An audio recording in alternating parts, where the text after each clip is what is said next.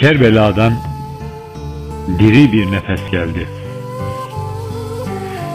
Yalanla kul olan uzağımızdır. Hazreti Hüseyin hak tembih etti, gösteriş saltanat düşmanımızdır. Düşmanlık daima hak olmayana, gerçeğe kör olup uyanmayana, adalet terazin tutamayana beşer gelip kalan zavallımızdır. Zavallı olan daim zeval görür. Her bir tesir ile bir yere varır. Kendim bilmez daim nefsiyle yürür. Nefsine kul olan Yezidimizdir. Yezid doğduğu yer izini taşır.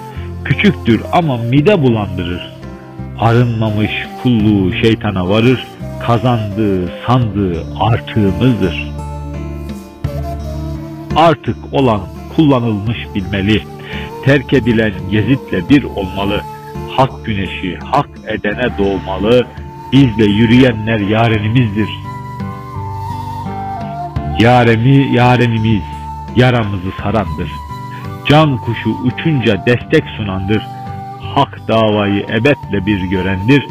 Erenler serdarla birlik olandır. Olanı olduran daim Allah'tır. Kerbela hak olan cana duraktır. Işık niyaz kıl, Hüseyin haktır. Dile gelenler bu nutkumuzdandır.